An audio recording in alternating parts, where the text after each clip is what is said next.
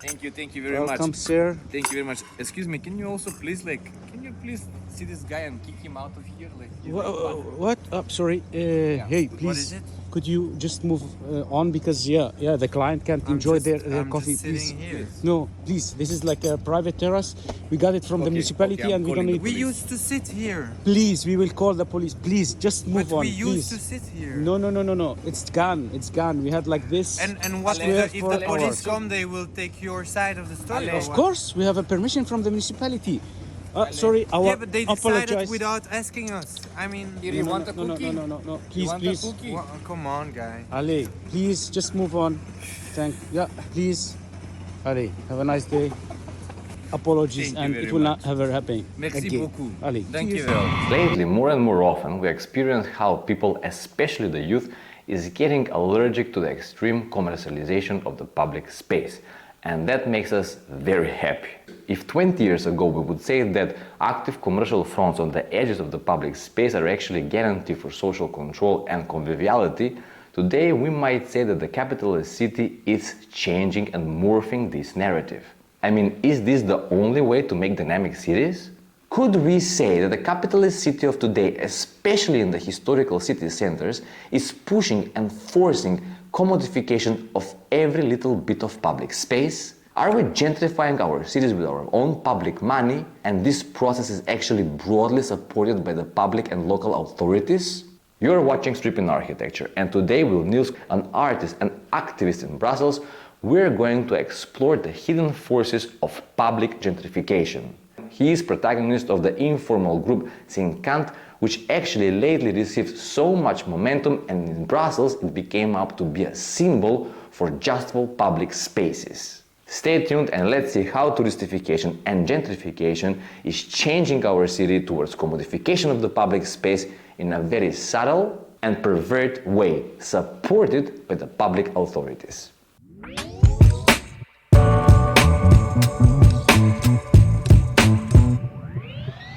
Welcome, everybody. Today, with Nels, we are sitting right in front of the most famous church in Brussels, St. Catherine.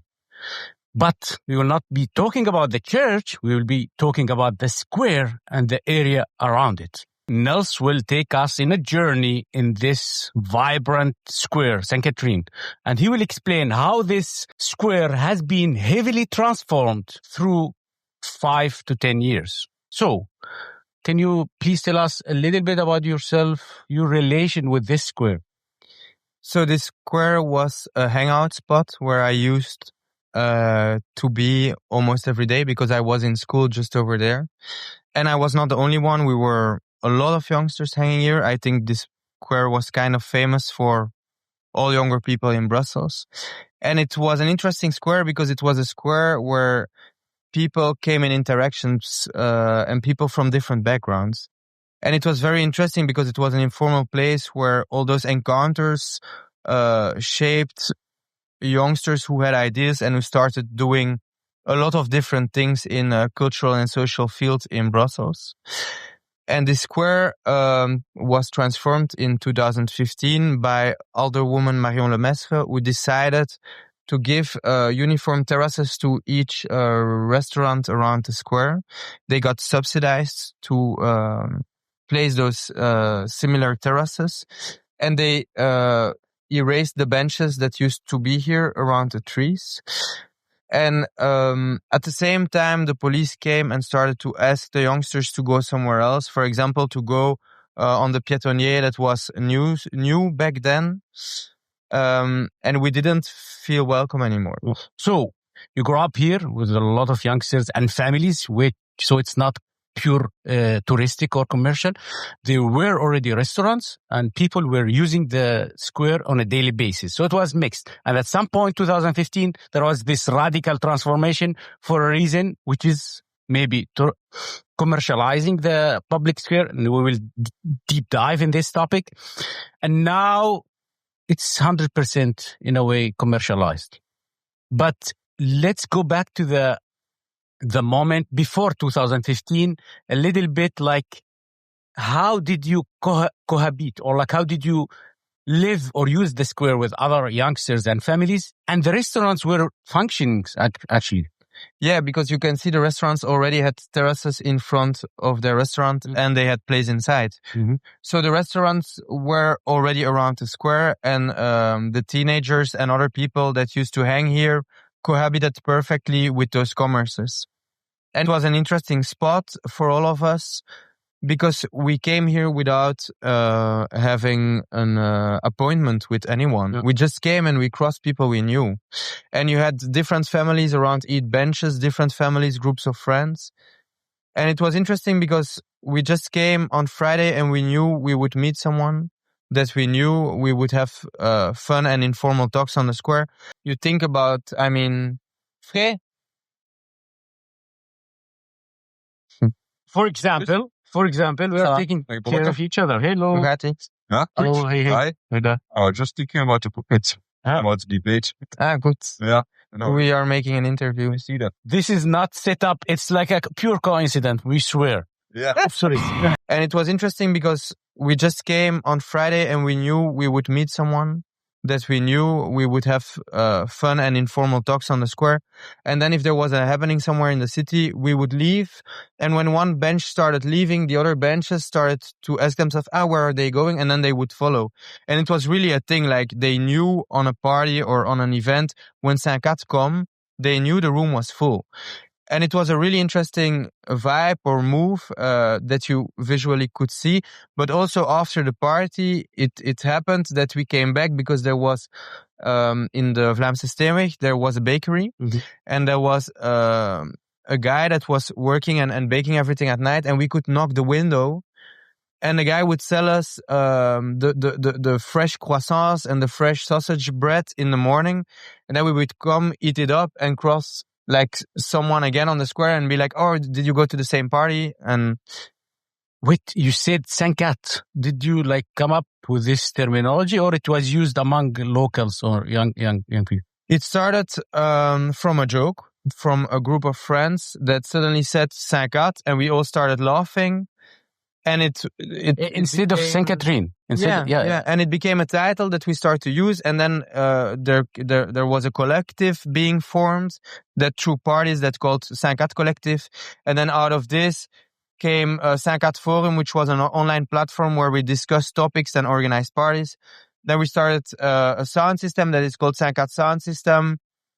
And a lot of projects and subjects grew out of this name. And youngsters that were never part of this collective still today call this square StA&x. As stripping architecture, from our personal experience, we always think that city centers are fully booked and reserved for touristic. But when you hear like some stories from locals, that makes you think, wait, there was like a big shift from locally neighborhoods, even right in the city center, to commercializing the space. Now we jump back to 2015, when you were kicked out by the municipality, police, because this should be proper, don't bother the tourists and the kind of posh restaurants. How did you react? How did you take it from there? Well, it started very painfully because we had to read in a newspaper that Marion Lemestre, who took this decision, clearly said we are making this, or we're taking this measure because we don't want youngsters to take a beer from the shop, sit on the floor, and hang out there. And so it was a really clear pronunciation from her. And the interviewer asked the other woman, like, okay, but what with homeless people? What should they do? And she answered they should go to the CPAS, which is a very antisocial reaction. And the extra argument that she gave, which is a very important one for us, is that she said, look, I'm here to support the local economy.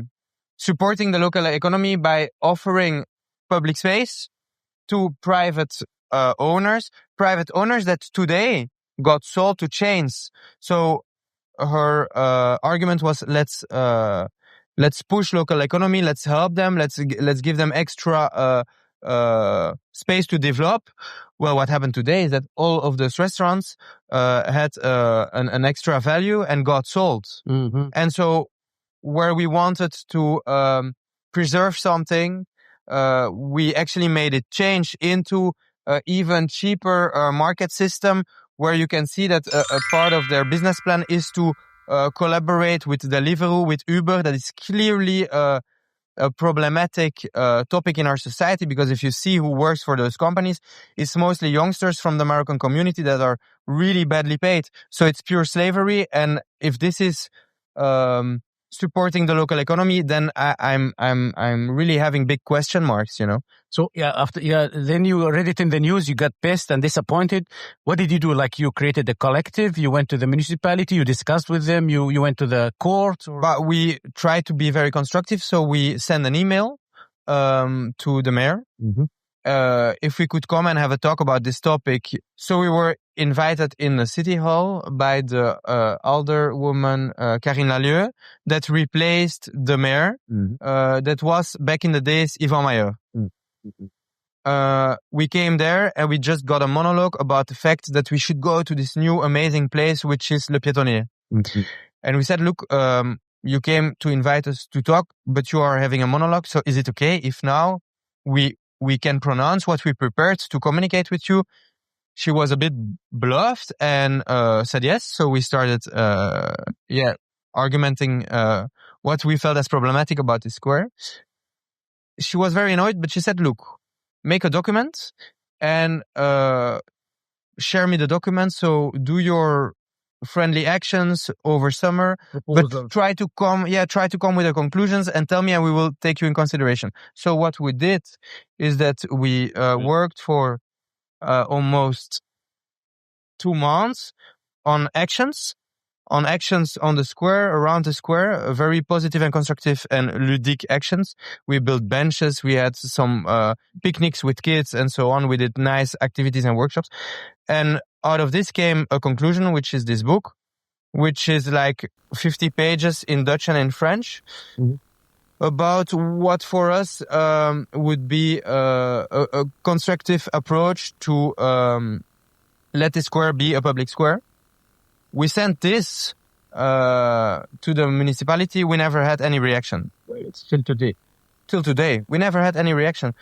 But we stayed very constructive, because what followed from this is that Marion Lemestre placed back 4 benches, those ones, in front of the church, because there was so much commotion. It was not only us. A lot of youngsters came to those events. We sometimes had 1,500 people on the square that were unhappy about the transformation. So this, like, during the 2 months actions, preparing, like, kind of experimenting the space, putting it back to its identity, you were the locals, the young people who exploited, and you had, like, invited the locals or some also others, associations from outside. We try to focus on the people that used to use the square and on the inhabitants of the city, because we went to put flyers and talk to people from the neighborhood. And we had so much positive reactions. And it turned out to be a very crowded and dynamic event. What is really sad is that when we read the reports of the city council, they speak about our movement as if we are dangerous, as if we are a threat, which is so sad, because we tried to have communication for so many time. And I mean, it's even, for me, it feels like a provocation, because everything we do is pure friendly, is pure ludic, it's pure constructiveness. And the only thing they can do is to frame us as a threat. Before we go forward, let's just clarify this. Can you see how complex this issue is, what Niels is telling us about? This is what we call complex urban phenomena. And in our book, The Urban Revolution is a Fun Sketch, we have different kind of complex urban phenomena explained in fun way with fun illustrations, that you can grasp the complexity of these issues. You can find this book on our website. This is the hardcover and the paperback, and you can find all the links below in the description. And now let's continue with the story that Niels has to tell to us. Very shocking. So 2 months of activities, people didn't give up. They came up with a very nice graphic. It's not about papers, There was a real activity, but as we heard, they were treating them as a threat in the city council meetings. And after 2 months, you give up you submitted the final report, no reaction from the municipality for how long? And did you give up, or what was the next move in a way? Well, after those 2 months where there was also, so you had those reports in the city council that were really speaking bad about us, but we also had encounters with police officers that came systematically here, not only during events, but just every day to control youngsters that didn't feel welcome anymore. We started to feel really disappointed, and it ended with a move from this other woman that placed 4 benches in front of the church and said, look, those teenagers annoyed us and acted dangerous during those 2 months, and now we found a compromise and we placed those 4 benches. So she said this in the media, but actually there was never any communication, so it's just a pure lie. So what happened after is that we got a bit drained out. We lost the energy. Of course, I mean, we all have jobs. We are all doing our lives, and we move on, you know. But the problem is that after those years of a break, we discovered that all of those restaurants got sold to chains.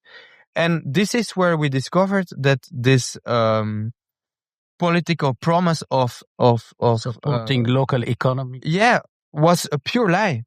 What happened as a cherry on top of the cake was that we organized an event in the AB, again a constructive event where we built benches for people to sit. We reenacted the public space and we invited all involved politicians. It was just before the elections. To which year? It was 2024 in September. Oh, you think, yeah. So you came back after 9 years in a way with a new we did actions during 2 years. We did actions during 2 years, and then there was a break. Yeah. And the big momentum, you got it when you realized that it was sold to big chains and it was all a big like lie/dream. So you thought of, okay, we launch another campaign, and you organize this big event in the Abbey. Abbey is like a concert hall, big one in Brussels. Well, the thing is, we understood what was happening. The only thing is that elections were coming and we got a bit older. We are all involved in sociocultural activities. We are making we are taking part in Brussels, let's say, in the future of Brussels, and we just collectively decided, actually, for the elections, we should try to create again a debate on the topic about what happened here on the square, because no one is taking responsibility for this. So we need to talk to the politicians and ask if someone can take responsibility for this and make it turn, because every time something happens where the private sector can make a move, we cannot turn it back. It's irreversible in a way. It's irreversible, and it happens so quick. Like, no one asks any occupants of this square if this move is okay, if it makes sense, if it's painful for people that come here every day. Because, I mean, this was a place where encounter was happening between people who are sometimes a bit lost, people with psychiatric troubles, or people that maybe partly live on the street. And there was encounters with youngsters, and it was such a beautiful, constructive dynamic. So the event, we would like to hear about this massive pre-election event.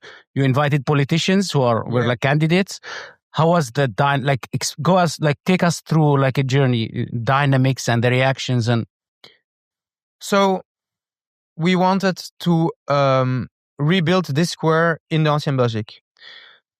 We didn't just only rebuild the square, we symbolically did, and we built it in a way that we find correct. So we made 50 benches, also to make a statement. The benches that are now over here, because we brought them here. And we asked the politicians not to take the stage, but to sit on the square, just to feel the dynamic of a square. A dynamic of a square is an exchange.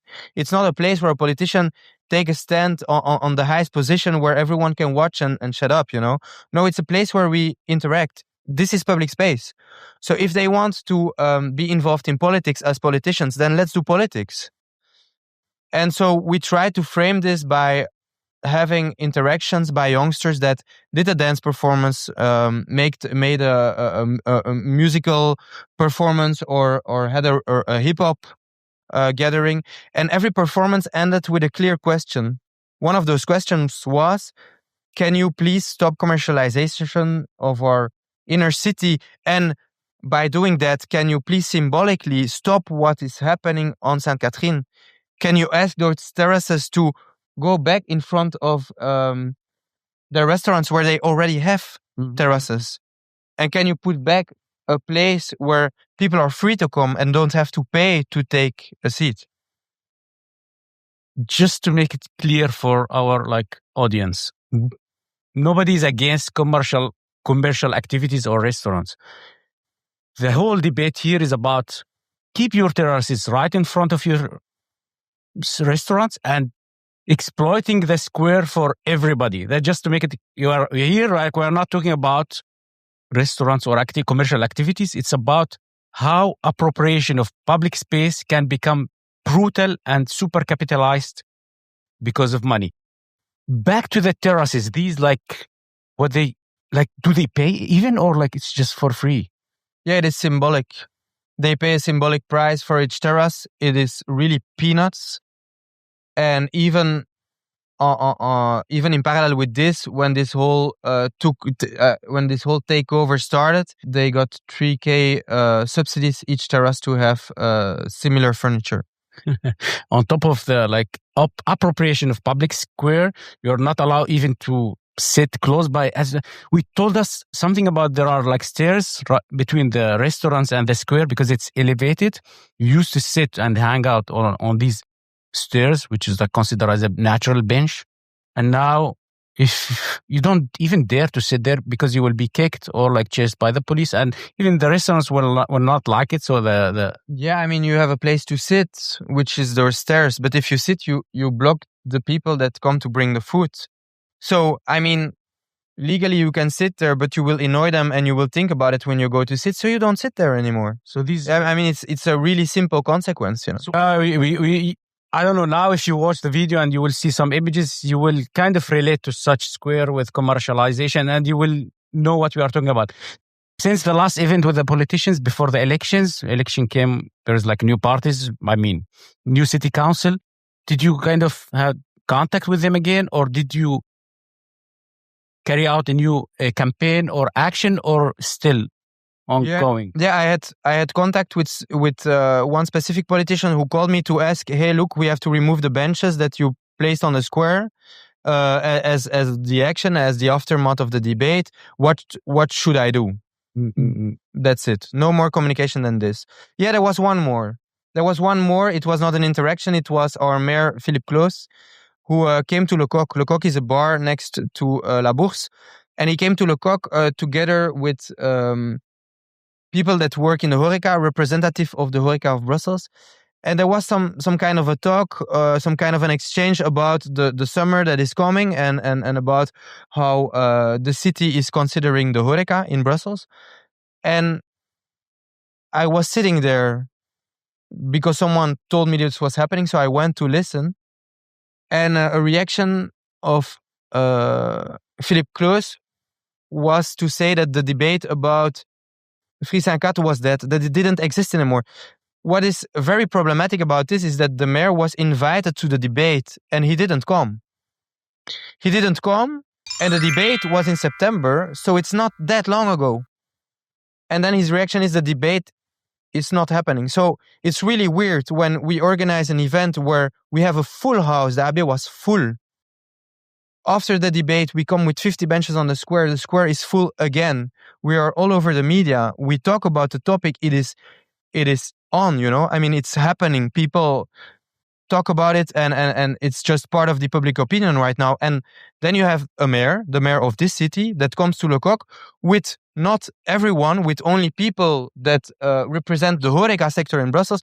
And he tells them, Free Saint-Cat is not a debate. It really feels as a provocation. I don't see what's constructive about that and what is answering on our need to have a debate. It's funny because, okay, we understand that having big chains of restaurants, or even, as they said before, to support local economies, it's a legit argument from the municipality. Of course, you have to create jobs and bring money on and taxes, whatever. But it's very weird when you just focus on one side and ignore the social side, the local dynamics, which is mind-blowing. It's not like God knows what bench and a couple of trees, and you will not bother. It's nice to have also not a homogeneous users of the square. And this is makes us think, is it like done on purpose? They want to have only clean tourists, just money. We don't want to have like people hanging around. And where do you, like those people who live here, where they should go? Like somewhere on the street or, yeah. I mean, who are you representing when you take money from the taxpayers and you give it to furniture of private companies that are making a lot of money, that already have their inside, the terrace in front of the door, and now are taking over our public spaces all over the city center? Who are you representing? I mean, it's highly problematic. Is this city for the tourists who come to take a look, to enjoy, which are very welcome? Or is it also partly for the people who live here? Where's the balance, you know? What I find highly problematic today, if we watch how the city is developing, is the fact that we are more and more dividing people from class, from orientation, from background, from whatever. I mean, we are splitting up our society. And where our society should be a place where there is conflict, because when you talk with someone that comes from a different background, there is another opinion. But it's a conflict that is actually a conversation. And if you start splitting up people, and you can see it if you watch the map of Brussels, you have places where it's cheaper to live, you have places where it's more expensive to live, then you see how divided our city is. And the city center is maybe the place where it starts to be visually very clear. It's very clear because over there on the terraces, you will have people with funds, with the possibility to sit there. And there on the bench, you will have a homeless or someone that is maybe without papers that will be asked to leave and go somewhere else. And is this the future of tomorrow? Is it the place where we want to go to have those people who can afford a future, and the people who cannot will be frustrated and at some point will do stupid things, because it's too easy to say that people without papers or refugees are potential criminals if you don't think about the so fucked up and tricky context they are living. It makes no sense to make a future without thinking, and it is what is happening. We just react on the capitalist wave that pass by, and we just try to surf on the waves that happen. And for me, this makes no sense. It is not the way we should do politics. The way we should do politics is giving informal space the attention it deserves, because informal space is a place where people encounter people who normally would not encounter, people who potentially will inspire each other and help each other grow in their opinion. This is the conflict that a city deserves. And it's not the conflict that we are creating by dividing the people. The dynamic of a people has value, and we should treat it as a value. As you heard, this is a very fucked up story, what Niels was telling us about, and as always, let's conclude this video with one of our reflection sketches. As you can see on our illustration, we have imagined one open public space, and on this public space you can see people who have big wooden beams attached on their backs. On the end of these wooden beams there is different sorts of furniture hanging. With this we want to say that these people are actually owning this furniture, but they cannot touch it. And this is personification about what Niels was talking about, that we are actually subsidizing the furniture of the private companies or restaurants.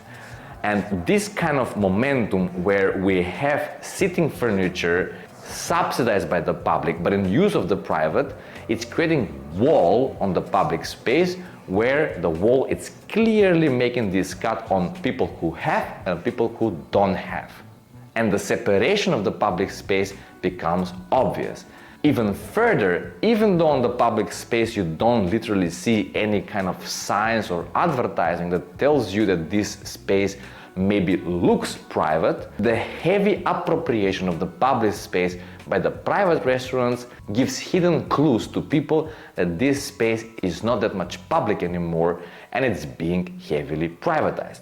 On the other hand, as a solution, in this story what Niels was telling to us, we find it super crazy that this public space proved to have a lot of energy. People cared about this place. The public space was heavily active. People really cared about it. There were many events. People were using it as an artistic spot, place for communication, engagement, dynamic interaction between people.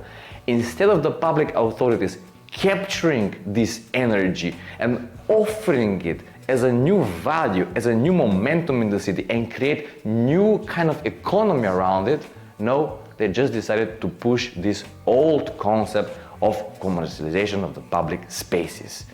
This is a missed opportunity. So, thank you very much for staying tuned in this video. We hope you learned a lot. Please point to us other cases of this type if you know, and don't forget to get our book and to go on Patreon, subscribe to our tiers, get on a monthly basis these kind of illustrations that are containing very pointful thoughts packaged in a very simple sketch. This is our DNA, where we're trying to package this kind of complexity and complex urban phenomena in a small, comprehensible way.